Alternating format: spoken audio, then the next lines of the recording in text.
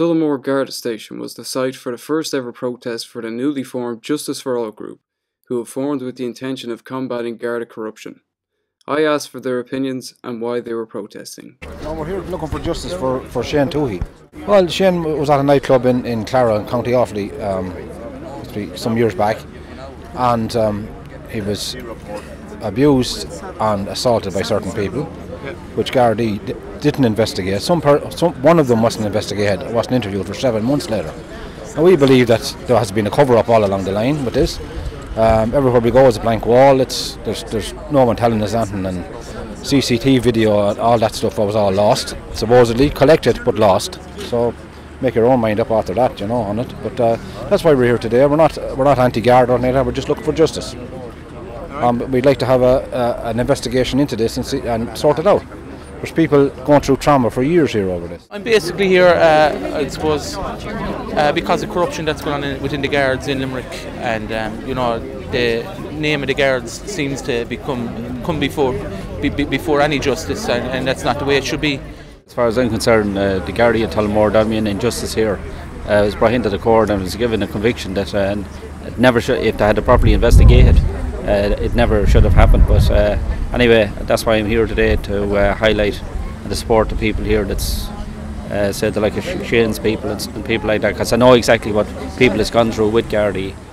We're here in solidarity to stand by the people who have incredibly serious cases of Garda malpractice.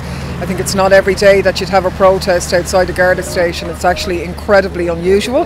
The fact that people have travelled the length and breadth of the country to be here really is it's a statement of intent. It's to say that all of these people who have legitimate grievances which haven't been listened to over the years, or in some cases over the decades, that they're no longer on their own, that they're banding together and giving each other solidarity and strength. And on the other side, it is a kind of putting on Garda Síochána on notice that the idea that they can behave inappropriately, can not thoroughly investigate cases and treat people poorly is just not going to be tolerated by citizens anymore. So I think it is a kind of a first step in the Justice for All campaign, and we're obviously very happy to be here for that. We'll be following it up with demand and a full investigation on so many of the issues that people bring to our attention.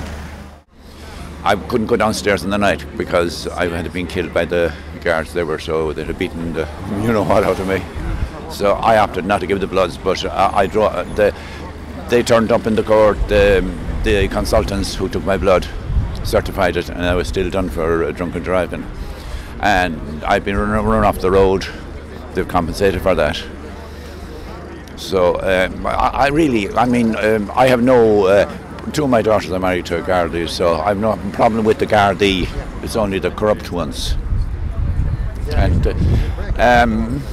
I witnessed a horrible beating, and I was asked to change a file. That's why I was arrested and pulled in. They asked me to change a file because I witnessed the beating. I photographed it, and I produced the report. And the report, I was asked by the Superintendent Bruff to alter my report, and I wouldn't alter it. So 4 weeks later I was pulled in out on call. My brother Jim Goonan was murdered in 2002, and he was found at the bottom of the stairs by my elderly mother, and it was covered up by the local guards and at the highest level politically. Never investigated. Came down to support the people that have gone to the border coming out here protesting. It's not easy to get the Irish out to protest, even more difficult on a day like this. But whenever they feel that they're getting a raw deal and that they're not getting justice, then they do stand up.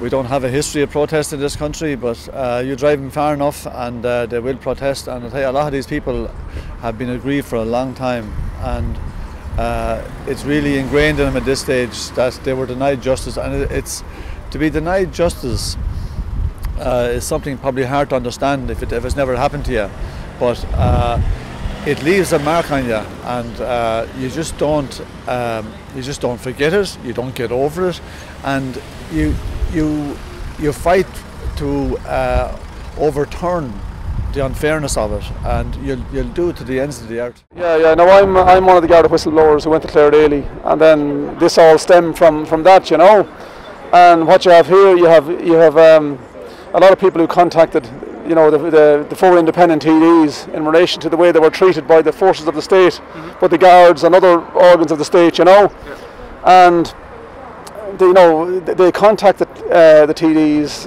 out of desperation, that they had tried every avenue. I mean, the guards won't talk to them. They they had no joy.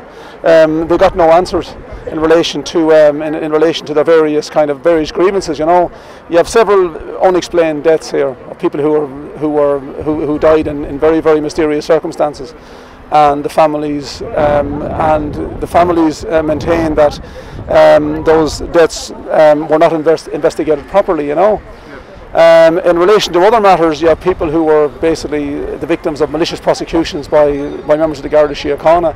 I have seen some of the evidence, and as I stated earlier on, just as the meeting began, we are not here to protest against. I mean, we're not anti-Gardaí. We're anti-Garda corruption, anti-Garda incompetence, and anti-Garda malpractice. And as somebody who done over 30 years in the Garda Síochána, and I was forced out of the job as a result of reporting widespread corruption relating to the penalty fines issue. I have examined, on a personal basis, I've examined a number of these cases, right, and I am 100% satisfied that many of these people have been victims of malicious prosecutions.